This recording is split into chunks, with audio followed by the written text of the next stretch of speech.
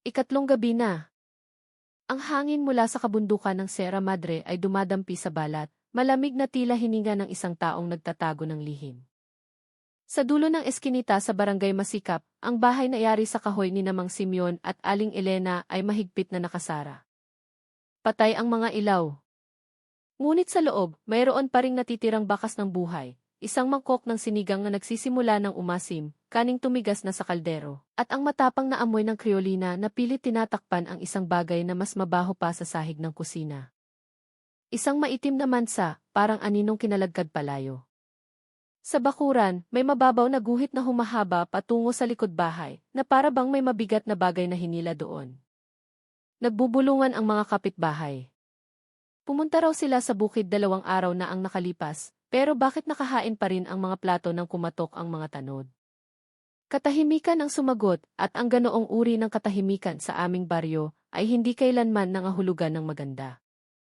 Nang gabing iyon, sinasalamin ng Pantabangan Dam ang payapang gasuklay na buwan, ngunit ang pagtitig dito ay parang pagtitig sa isang matang nakamasid, naghihintay sa sinumang maglalakas loob na lumapit.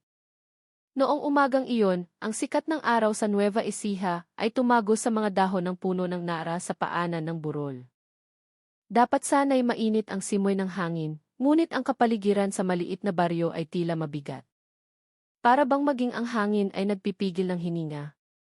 2 araw nang walang sinumang nakakakita kina Mang Simeon at sa kanyang asawa, si Aling Elena, na lumabas para magsaka. Nananatiling nakasara ang pinto ng kanilang bahay. Isang kinakalawang nakandado ang malamig na nakabitin sa tarangka. Tanging mga manok na lang ang tumitilaok na walang amo at isang nagugutom na pusa ang humingyaw sa kanilang balkon. Sa ikatlong umaga, si Andres de la Cruz, ang kaisa-isang anak ng mag-asawa, ay dumating sa bulwagan ng barangay na may malungkot na mukha. Ngunit ang kanyang tingin ay kakaibang blanko, halos walang emosyon. Dahan-dahan siyang nagsalita. Ang tatay at nanay ko po ay pumunta sa gubat 2 araw na ang nakalipas para maghanap ng labong. Hindi pa po sila bumabalik. Hinanap ko na po sa paligid ng burol. Baka po naligaw sila. Pinagmasdan siya ng matagal ni Kapitan Jose, ang kapitan ng barangay. Mayroong mali. Sa boses ni Andres, walang bakas ng pag-aalala o takot, tanging isang malamig at patag na tono. Para siyang nagbabasa ng mga linyang sa ulado na niya. Ang ulat ay agad na ipinasa sa himpilan ng pulisya ng Pantabangan. Si Police Captain Dante Reyes, ang hepe ng investigasyon na kilala sa matalas niyang pakiramdam, ay nagpa siyang personal na tumungo sa lugar. Tanghali ring iyon, 2 patrol car ang huminto sa harap ng bahay ni Simeon.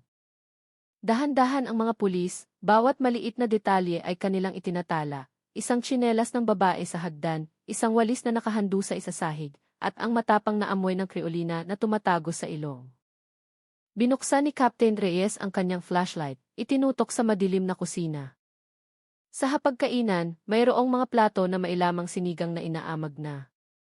Kanin na tumigas. At isang basong puno ng alikabok. Kung umalis sila 2 araw na ang nakalipas, bulong niya sa sarili, bakit hindi pa nila niligpit ang pinagkainan? Isang batang miyembro ng forensic team ang lumuhod, sinusuri ang sahig. Isang malabong maitim na mansa ang bahagyang nakikita sa pagitan ng mga siwang ng semento, kahit na halatang binuhusan ito ng paulit-ulit. Mayroon ding mahabang gasgas na patungo sa likurang pinto. Tumingin siya sa kanyang hepe at bumulong, mukhang may mabigat na bagay na kinaladkad palabas, Kapitan. Hindi sumagot si Captain Reyes, tinitigan lang ang bakas na iyon ng may naniningkit na mga mata. Sinundan niya ang mga marka patungo sa likod bahay kung saan ang lupa ay bitak-bitak dahil sa tag-init. Doon, malapit sa bakod na kawayan, may mababaw na guhit na tila marka ng paghila sa isang mabigat na bagay patungo sa daan ng lupa na bumababa sa kaburulan. Sa gilid ng pader may nakasabit na asarol. Kakaiba ang kintab ng kahoy na hawakan nito na para bang bagong hugas. Sinuri ng forensic officer ang siwang sa pagitan ng bakal at ng hawakan at nakakita ng isang maliit na tuldok ng kulay itim na kape. Dugo. Tuyong dugo, sabi niya ng mahina. Samantala, si Andres ay nakatayo sa gilid ng daan, pinapanood silang magtrabaho habang ang kanyang mga kamay ay nasa bulsa. Ang ekspresyon niya ay nananatiling kalmado. Sobrang kalmado para sa isang anak na nawawalan di umano ng mga magulang. Nang tanungin siya ng isang pulis kung kailan niya huling nakita ang mga ito, mabilis siyang sumagot. Noong umaga bago sila umalis papuntang gubat. May dala silang sako at itak. Pagkatapos noon, wala na akong alam. Napansin ito ni Captain Reyes. Bawat sagot ay lumalabas ng walang pag-aalinlangan. Walang pagkalito. Walang luha. Lihim niyang isinulat sa kanyang maliit na kwaderno. Ang suspect ay tila sa ulado ang pagkakasunod-sunod ng mga pangyayari. Walang ipinapakitang anumang emosyon. Pagsapit ng hapon, ang bahay ni na Simeon ay napalibutan na ng police line. Ang mga taga-baryo ay nagkukumpulan sa di kalayuan, nagbubulungan. Si Aling Tessie, ang kapitbahay, ay marahang nagsalita. Noong gabi bago sila nawala, nakarinig ako ng ingay. Parang may nagtatalo. Tapos may bumagsak na bagay. Pagkatapos noon, biglang tumahimik. Kinagat niya ang kanyang labi, tinitigan ang madilim na bahay na may namumuo ng luha sa kanyang mga mata. Akala ko, nag-aaway lang sila gaya ng dati. Ang impormasyong iyon ay nagpatigil kay Captain Reyes. Isang maingay na gabi. Isang bigla ang pagkawala sa umaga. At isang kusinang amoy kreolina. Ang tanikala ng mga pangyayari ay nagsisimula ng mabuo. Inutusan niya ang isang team na maghanap sa paligid ng burol. Ang isa naman ay inatasang sundan ang direksyon ng mga kaladkad sa lupa patungo sa daan na papunta sa Pantabangan Dam. Dapit hapon na nang bumalik sila na walang dala. Ngunit sa daan ng lupa na bumababa patungo sa dam, nakakita ang mga pulis ng mga bagong bakas ng gulong ng motorsiklo. Malinaw na hindi ito natabunan ng alikabok tulad ng ibang bahagi ng daan. Mayroon ding mga bakas ng tubig na may halong putik na tumulo sa kanang bahagi ng daan, senyales na may mabigat at basang bagay na isinakay. Maaaring sako o timba, sabi ng isang miyembro. Tumango lang ng bahagya si Captain Reyes. Kumuha kayo ng sample ng putik na ito. Nang gabing iyon, sa pansamantalang himpilan sa bulwagan ng barangay, binuksan niya ang folder ng unang interogasyon. Malinis ang mga pahayag ni Andres. Masyadong malinis. 2 araw siyang naghintay bago nag-ulat at walang ipinakitang anumang pagkataranta, sabi niya sa sarili. Huminga siya ng malalim. Sinasabi ng pakiramdam ko, hindi ito ordinaryong pagkawala. Ito ay isang bagay na itinatago. Sa labas, ang buwan ay nakabitin sa ibabaw ng kagubatan, sinasalamin ang liwanag nito sa payapang tubig ng Pantabangan Dam. Ngunit para kay Captain Reyes, ang kapayapaang iyon ay mapanlin lang. Alam niya na sa likod ng tahimik na ibabaw ng tubig, madalas na nagkukubli ang isang bagay na mas madilim pa kaysa sa gabi mismo. At sa loob ng bahay na kahoy na iyon, ang amoy ng kreolina ay unti-unti nang nawawala, dahan-dahang pinapalitan ng malansang amoy na bumabalik. Para bang ang mga pader mismo ay gustong magsalita tungkol sa kung ano talaga ang nangyari sa gabing iyon, nang si Andres at ang kanyang mga magulang ay naging 3 anino, ngunit 2 lamang ang hindi na muling nagpakita. Kinabukasan ng umaga, manipis pa ang hamog sa Nueva Ecija nang bumalik si Captain Reyes sa bahay ng pamilya de la Cruz. Ang forensic team ay nakakuha na ng sample ng dugo mula sa asarol at sahig ng kusina. Ang mabilisang pagsusuri ay nagpakitang positibo ito na dugo ng tao. Biglang bumigat ang atmosfera. Hindi ito kaso ng nawawalang tao, sabi ni Captain Reyes ng marahan. Ito ay isang crime scene. Samantala, si Andres ay nakaupo sa beranda ng bulwagan ng barangay, may sigarilyong nakaipit sa kanyang mga daliri. Blanko ang kanyang tingin. Hindi man lang nagtanong tungkol sa progreso ng paghahanap sa kanyang mga magulang. Ang kanyang pagiging kalmado ay nagpapabalisa sa lahat. Lumapit si Kapitan Jose at sinubukang pakalmahin siya. Andres, anak, magpakatatag ka. Ginagawa ng mga pulis ang lahat. Tumango lang si Andres. Walang salitang lumabas sa kanyang bibig. Tanging usok ng sigarilyo ang pumailan lang sa mainit na hangin. Pagsapit ng tanghali, ipinatawag ni Captain Reyes si Andres para sa ikalawang pagtatanong sa himpilan ng pulisya. Sa loob ng tahimik at malamig na silid, tuwid na nakaupo si Andres. Ang kanyang mga kamay ay mahigpit na magkahawak sa ibabaw ng mesa. Gusto kong ikwento mo ulit, kalmadong sabi ni Captain Reyes. Kailan mo huling nakita ang tatay at nanay mo? Tumingin ng diretso si Andres. Mabilis ang kanyang sagot. Noong umaga bago sila umalis. May dala silang sako at itak. Hindi ko alam kung saang direksyon sila pumunta. Sumandaw si Reyes. Hindi mo sila hinanap ng gabing iyon? Hindi po. Akala ko nagpalipas sila ng gabi sa kubo namin sa bukid. At bakit 2 araw bago ka nag-report? Nagkibit balikat si Andres. Akala ko po mas matagal lang silang mawawala. Lahat ay tila makatwiran sa unang dinig. Ngunit alam ni Reyes na ang isang normal na tao ay hindi magiging ganoon kakalmado. Tinitigan niya ang mga matang blanko ni Andres, saka inilapag ang isang litrato sa mesa, ang mga bakas ng gulong ng motorsiklo sa daan patungo sa dam. Madalas ka bang dumaan sa lugar na ito? Sinulyapan ni Andres ang litrato. Minsan po. Nagdadala ako ng patuka para sa mga manok doon. Patuka, inulit ni Reyes ng marahan. O 2 sakong kulay berde. Sandaling nanigas ang mukha ni Andres. 1 segundo lang pero sapat na iyon para mahuli ni Reyes. Hindi na niya ito pinilit pa. Isinara lang niya ang folder at tumayo. Sige, sapat na muna sa ngayon. Pero huwag kang aalis kahit saan. Kakailanganin ka pa namin bukas. Hapon na nang magdaos ng pulong si Reyes sa maliit na command post. Nagulat ang mga tauhan na may isang saksi na nakakita sa isang lalaking mailumang motorsiklo na huminto sa gilid ng Pantabangan Dam 2 gabi na ang nakalipas. Ang lalaki ay may dalang 2 malalaking sako. Tila nagmamadali. Sino ang saksi? Tanong ni Reyes. Si Mang Cardo po. Ang tagabantay ng mga baklad sa dam. Nakilala niya raw ang boses. Sabi niya parang boses ni Andres. Tumalim ang tingin ni Reyes. Tumingin siya sa mapang nakalatag sa mesa. Magpadala kayo ng mga divers bukas ng umaga. Mag-focus sa lugar na itinuro ni Mang Cardo. Nang gabing iyon, malakas ang ihip ng hangin mula sa kabundukan.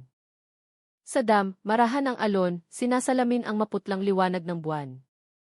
2 pulis ang nagbabantay sa gilid ng police line.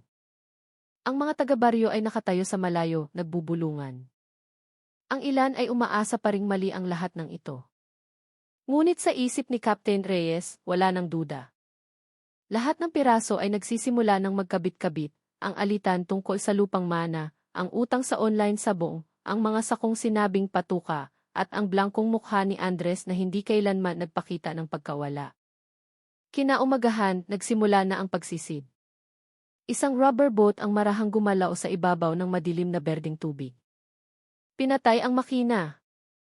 Tanging tunog ng hangin at maliliit na tilamsik mula sa mga maninisid na bumababa sa kailaliman ang maririnig. 5 minuto, 10 minuto ang lumipas na walang resulta. Tapos, isang garalgal na boses ang narinig sa radyo. Kapitan! Mayroon dito. 2 malalaking bagay. Kulay berde.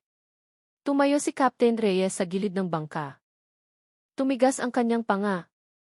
Alam niyang sa oras na iahon ang mga sakong iyon, lilitaw ang katotohanan, malamig, mabaho at hindi maikakaila. Sa di kalayuan, nagsimula nang sumikat ang araw, nagbibigay liwanag sa payapang ibabaw ng tubig. Ngunit sa ilalim nito, ang madilim na sikreto ng pamilya de la Cruz ay malapit ng lumutang. Ang tubig sa dam noong umagang iyon ay mukhang payapa, ngunit alam ng lahat sa Pampang na ang kapayapaang iyon ay mapanlin lang. Ang rubber boat ng diving team ay lumulutang sa ibabaw. Isang lubid ang nakabitin pababa, marahang nanginginig na tila may pinipigil na mabigat mula sa ilalim. Nakatayo si Captain Reyes sa isang maliit na pantalan. Seryoso ang kanyang mukha, hindi inaalis ang tingin sa lugar kung saan huling bumaba ang mga maninisid. Ilang minuto pa, muling narinig ang boses sa radyo, sa pagkakataong ito ay malinaw at nagmamadali. Kapitan, nakita na namin ang 2 malalaking sako, sumabit sa mga sanga sa ilalim. Ang bigat, Kapitan. Itaas ninyo ng dahan-dahan, utos ni Reyes. Huwag hayaang mapunit. 2 maninisid ang umahon sa ibabaw. Nanginginig ang kanilang katawan sa ginaw. Ang makapal na lubid ay hinila ng team sa bangka. Dahan-dahan, isang bagay na kulay madilim na berde ang lumitaw mula sa tubig. lahat ng mata ay nakatutok. Lahat ay nagpipigil ng hininga. Nang unang sako ay mayangat sa bangka, tumulo ang kulay tsokolating tubig at isang masangsang na amoy ang biglang kumalat, tumusok sa ilong ng lahat. Isang pulis ang nagtakip ng bibig, pinipigilan ang pagduwal. Dalian nyo, dalhin sa pampang, sigaw ni Reyes. Ang ikalawang sako ay sumunod, hirap na hirap silang iangat. Ang bigat nito ay parang bato. Sa loob ng sako, may mga bato nga na inayos bilang pabigat. Ang tali na gawa sa straw ay lumuwag na, at mula sa siwang ng sako, isang luma at kupas na tela ng duster ang nakikita. Nang buksan ang sako, lahat ay natahimik. Sa loob, ang katawan ng isang matandang lalaki, nakabalot sa kumot.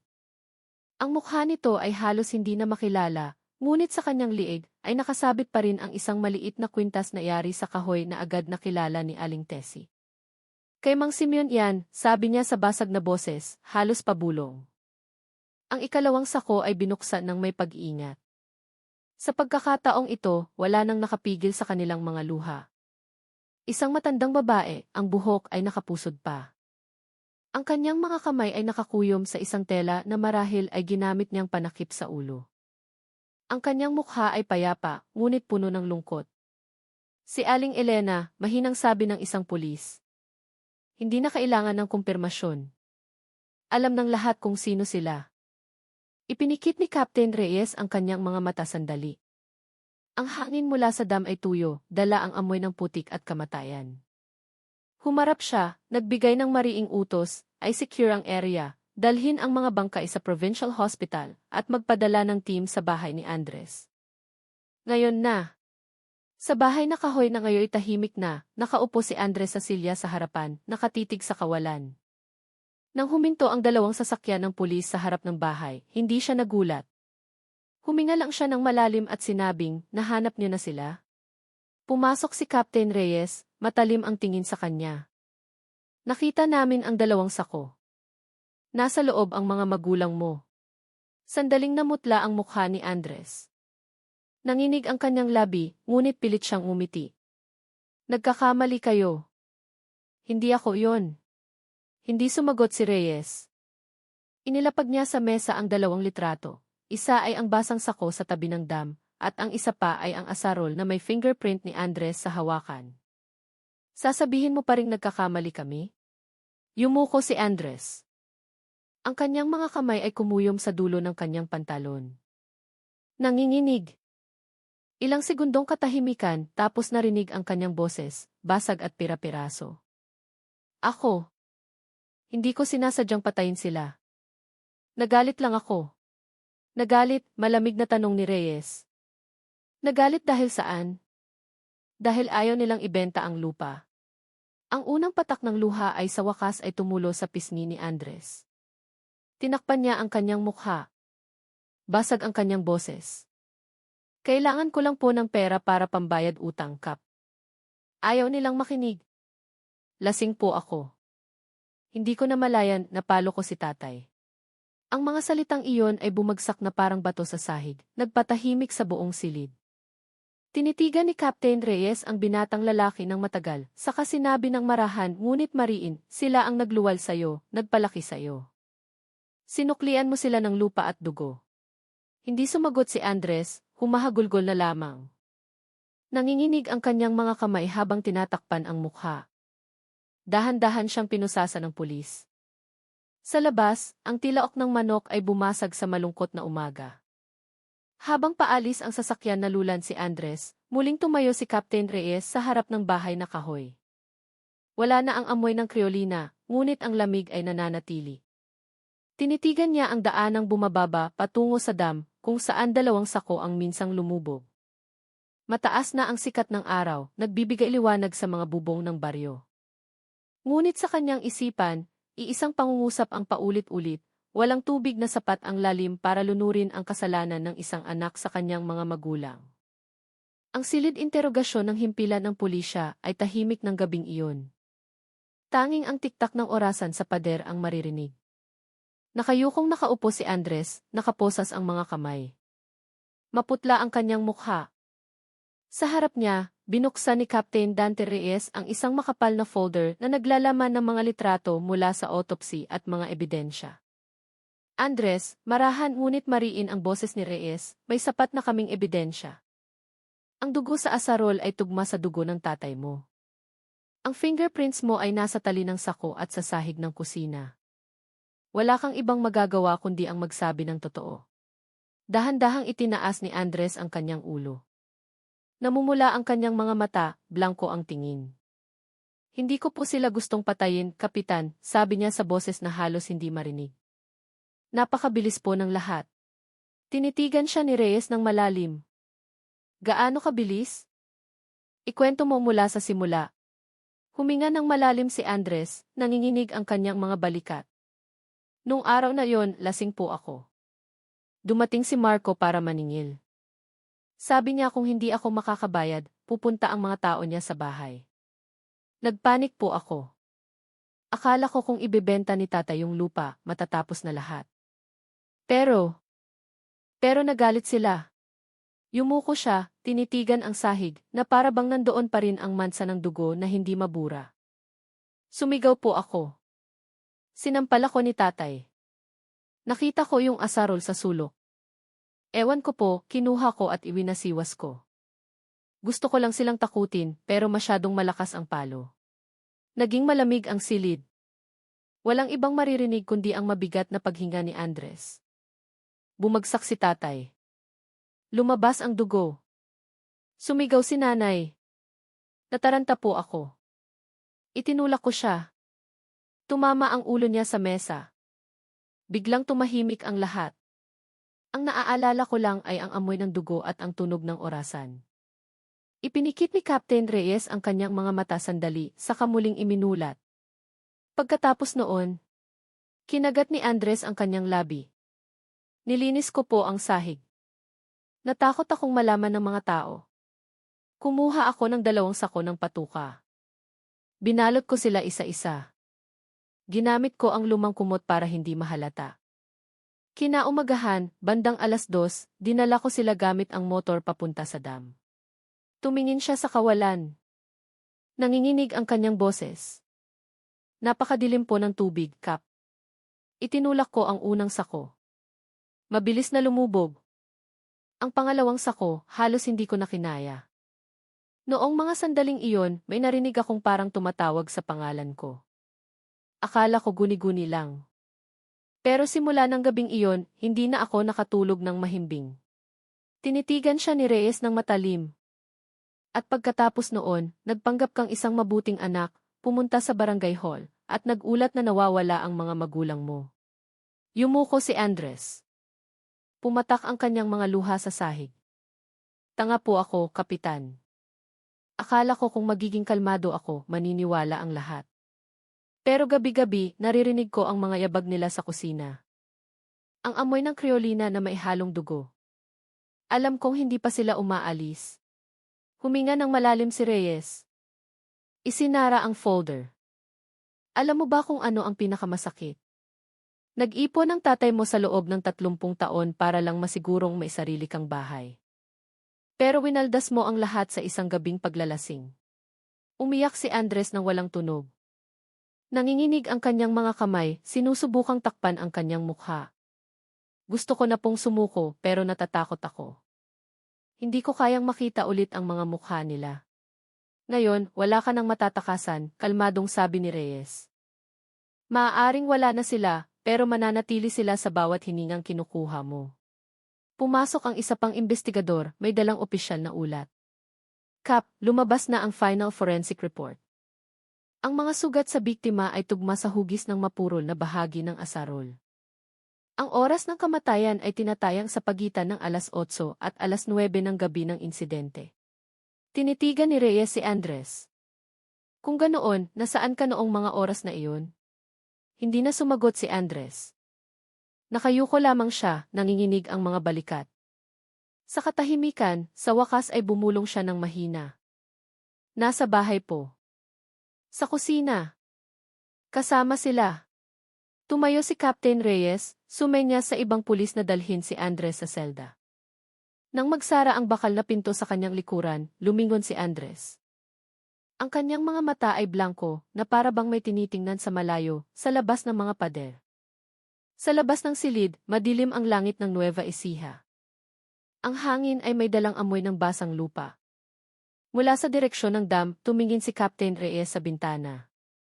Sinabi niya sa sarili, minsan, ang pinakamalaking krimen ay hindi isinisilang mula sa galit, kundi mula sa kasakiman na binalot sa pekeng pagmamahal. Ang balita ng pag-aresto kay Andres de la Cruz ay kumalat na parang apoy sa buong bayan. Sa isang gabi, ang buong baryo ay naging tahimik. Ang mga tao ay nag-uusap ng pabulong, na tila takot banggitin ang pangalan ng taong lumapastangan sa hangganan ng pagiging tao. Ang bahay ng pamilya de la Cruz ay may police line na. Mahigpit na nakakandado ang pinto. Sa bakuran, ang mga tuyong bulaklak at lumang tsinelas ay naroon pa rin malapit sa balon. Mga piping saksi sa buhay na naglaho. 2 araw matapos ang pag-amin ni Andres, ang mga labi ni Mang Simeon at Aling Elena ay ibinalik mula sa ospital. Huminto ang sasakyan ng punerarya sa dulo ng daan ng lupa at ang buong baryo ay nakatayo sa gilid. Ang ilan ay may dalang bulaklak, ang ilan ay nakayakap sa sarili dahil hindi kayang tumingin. Nang ibaba ang unang kabaong, sabay-sabay na humagulhol ang mga tao. Halos himatayin si Aling Tessie. Samantalang si Kapitan Jose ay nakayuko lamang. Napakabait nilang tao, bulong niya. Hindi sila karapat-dapat sa ganitong katapusan. Ang libing ay simple lang sa isang bakanting lupa sa likod ng kanilang bahay. Walang musika. Tanging tunog ng dasal at hikbi. Naroon si Captain Reyes, walang uniporme. Nakatayo sa malayo, hawak ang kanyang sombrero. Ang hangin ay may dalang amoy ng insenso at basang lupa. Tinitigan niya ang 2 kabaong na dahan-dahang ibinababa, magkatabi, mag-asawang tapat sa isa't isa habang buhay, ngayon ay nakahimlay sa ilalim ng lupa dahil sa kamay ng sarili nilang kadugo. Sa gitna ng mga tao, isang matandang lalaki, tiyuhin ni Mang Simeon, ang nagsalita sa paos na boses. Maaaring iisa ang dugo namin, pero pinutol na ng ginawa ni Andres ang dugong iyon. Hindi na namin siya kayang tawaging pamilya. Ang mga salitang iyon ay nanatili sa hangin, mapait, ngunit walang tumutol.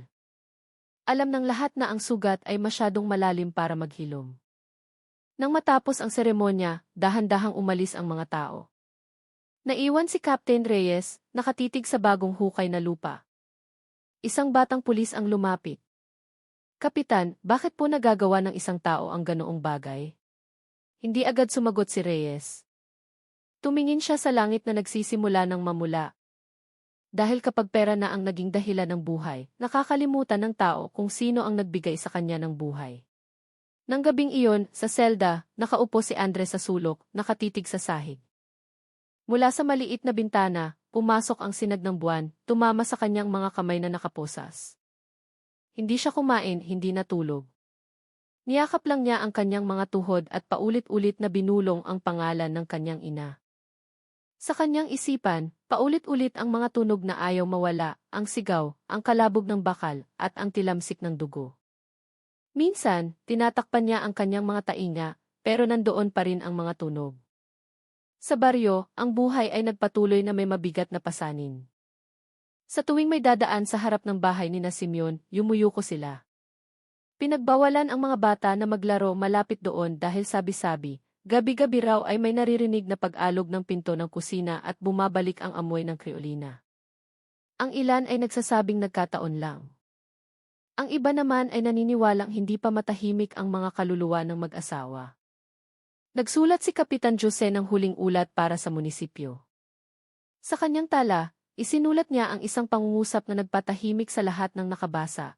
Isang pamilya ang nawala, hindi dahil sa tadhana, kundi dahil sa isang taong nakalimot sa kahulugan ng pamilya. Ilang araw ang lumipas, bumalik si Captain Reyes sa kanyang opisina sa Kabanatuan. Sa sasakyan, tinitigan niya ang direksyon ng dam na kumikinang sa di kalayuan.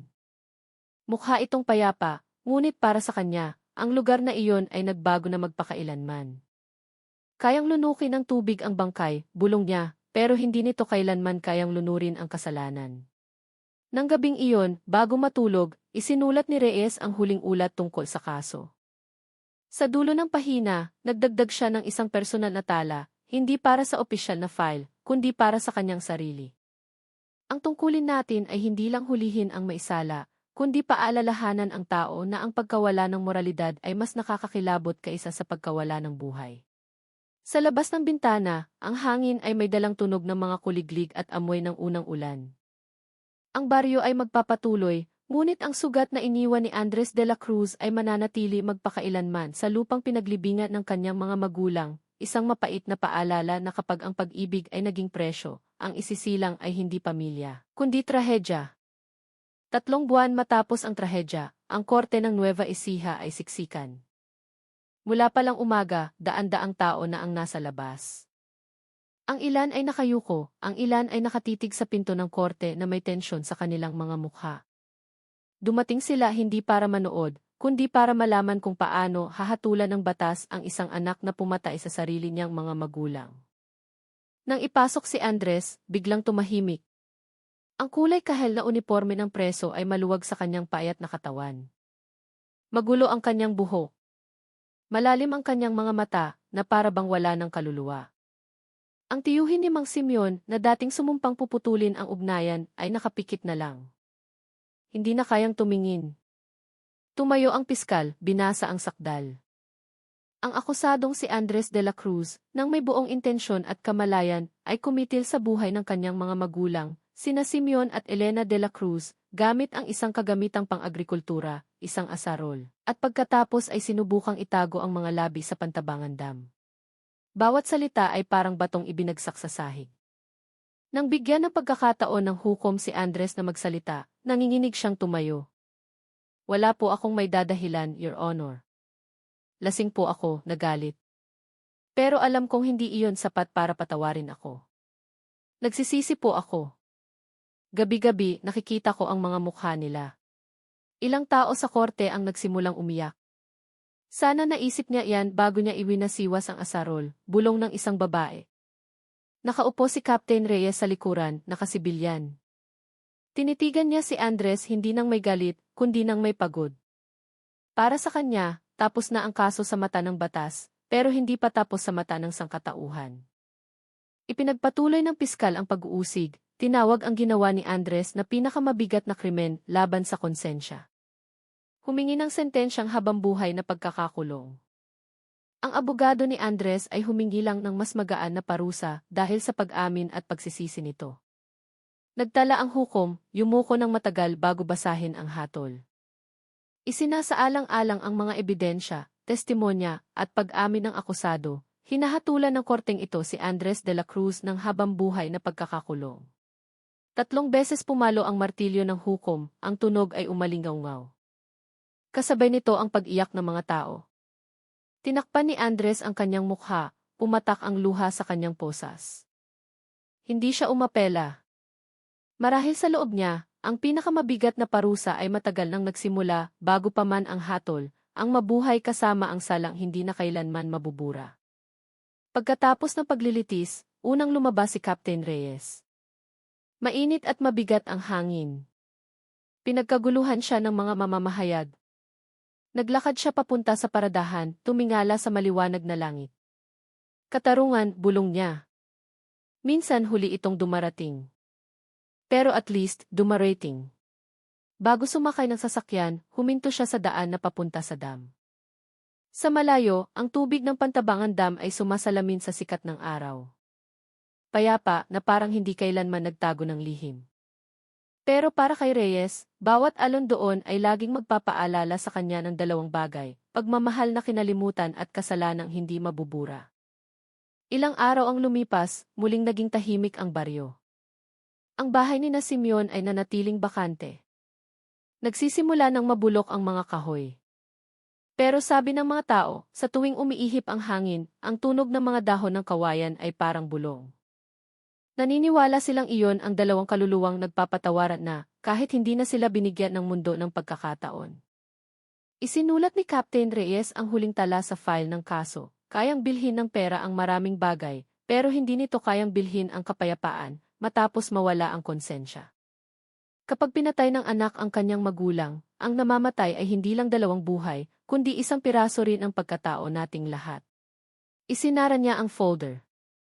Sa di kalayuan, lumubog ang araw sa likod ng kabundukan, nag-iwan ng kulay dugong pula sa kalangitan. Tapos na ang araw, ngunit ang kwento ng pamilya de la Cruz ay mananatiling buhay bilang paalala na sa likod ng bawat trahedya, may manipis na linya sa pagitan ng pagiging tao at ng kadiliman sa loob nito. 5 taon na ang lumipas, at ang buhok ni Andres de la Cruz ay nagsisimula ng mamuti. Payat ang kanyang katawan, bahagyang hukot ang likod, ngunit mas kalmado na ang kanyang mga kilos. Nagtatrabaho siya sa maliit na pagawaan sa loob ng kulungan. Kilala siya ng mga gwardiya bilang isang presong hindi gumagawa ng gulo. Laging tahimik, laging nagtatrabaho. Linggo-linggo, sumasali si Andres sa mga gawaing espiritual. Nakaupo siya sa likuran, bihirang magsalita, pero sa tuwing may dasal, matagal siyang nakapikit, ang kanyang mga labi ay marahang bumibigkas ng 2 pangalan, Simeon, Elena. Para sa kanya, ang dasal na lang ang paraan para makausap sila. Isang umaga ng Hulyo, isang espesyal na bisita ang dumating. Sa opisina ng warden, nakatayo si Captain Budi Santosa, retirado na. Maputi na ang kanyang buhok, medyo mabagal na ang lakad, ngunit ang tingin ay ganoon pa rin, malinaw at puno ng otoridad. Matagal na rin tayong hindi nagkita, sabi niya. Tumayo si Andres, yumuko. Hindi ko po akalain na naaalala pa ninyo ako, sir. Paano ko makakalimutan ang kasong hindi ako pinatulog ng ilang buwan, sagot ni Budi. Narinig ko, malaki na raw ang ipinagbago mo. Yumuko si Andres. Hindi ko po alam kung pagbabago ang tawag dito, sir. Pero natutunan ko ng tanggapin. Araw-araw akong nagtatrabaho, nagdarasal. Minsan, sinusulatan ko sila kahit hindi ko naman maipapadala. Tumango si Budi. Maaaring hindi nakakarating ang mga sulat na iyon sa kabilang buhay, pero ang mahalaga, nakakarating ang nilalaman nito sa puso mo. Madalas pa rin po akong managinip, sir, sabi ni Andres. Sa panaginip ko, nakaupo sila sa harap ng bahay. Tinititigan ako ni nanay, hindi galit, tahimik lang. At sa tuwing susubukan kong lumapit, nawawala sila. Mahinang sumagot si Budi. Siguro, senyales iyon na napatawad ka na nila, pero hindi mo pa napapatawad ang sarili mo. May inilabas na sobre si Budi. Sa loob, isang lumang litrato ng pamilya de la Cruz. Nakangiti si Mang Simeon habang si Aling Elena ay nakahawak sa balikat ng isang batang Andres. Tinitigan ni Andres ang litrato ng napakatagal. Pumatak ang luha sa kupas ng papel. Hindi ko alam na mayroon pa palang ganitong litrato. Ngumiti si Budi. Si Aling Tessie ang nagtago nito. Pinapabigay niya sa'yo. Sabi niya, baka panahon na para tingnan mo ulit ang mga mukha nila ng walang takot. Hinawakan ni Andres ang litrato. Salamat po, sir. Iingatan ko ito hanggang mamatay ako. Ingatan mo hindi lang ang litrato, sagot ni Budi, kundi ang aral sa likod nito. Pagkatapos ng pagkikita, umalis si Budi. Sa labas ng kulungan, ramdam niya ang ginhawa. Alam niyang tapos na ang tungkulin niya bilang pulis, ngunit bilang tao, hindi pa tapos ang misyon niyang magpaalala. Samantala, sa kanyang selda, inilagay ni Andres ang litrato sa pader.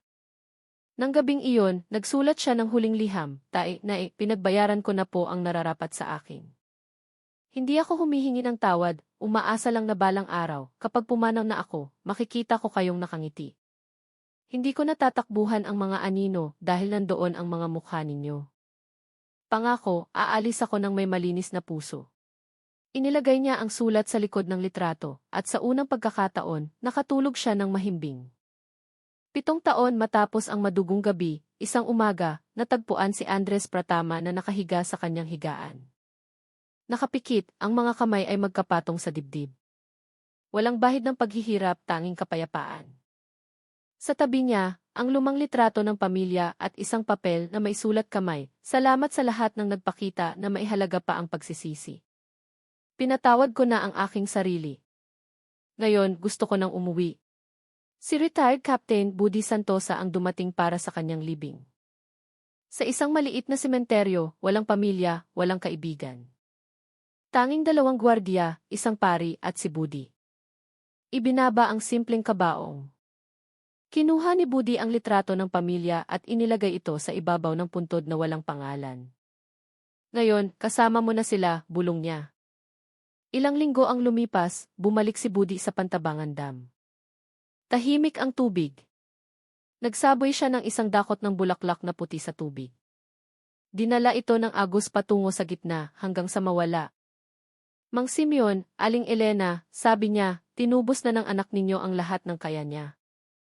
Siguro, hindi na maghihilom ang sugat ninyo, pero naniniwala akong sa isang mas payapang lugar, napatawad niyo na siya. Huminto siya sa harap ng abandonadong bahay ng pamilya. Sa pader, may nagsulat gamit ang yeso, huwag kalimutang mahalin ang iyong mga magulang bago mahuli ang lahat. Binasa ito ni Budi. Isang simpleng pangungusap na kayang magligtas ng maraming kaluluwa. Isinulat niya ang huling pangungusap sa kanyang kwaderno tungkol sa kaso, tapos na ang kaso ni Andres de la Cruz, pero ang aral nito ay mabubuhay magpakailanman. Sinisira ng kasakiman, ngunit ang pagsisisi at pagpapatawad ay kayang magbigay liwanag sa pinakamadilim na lugar.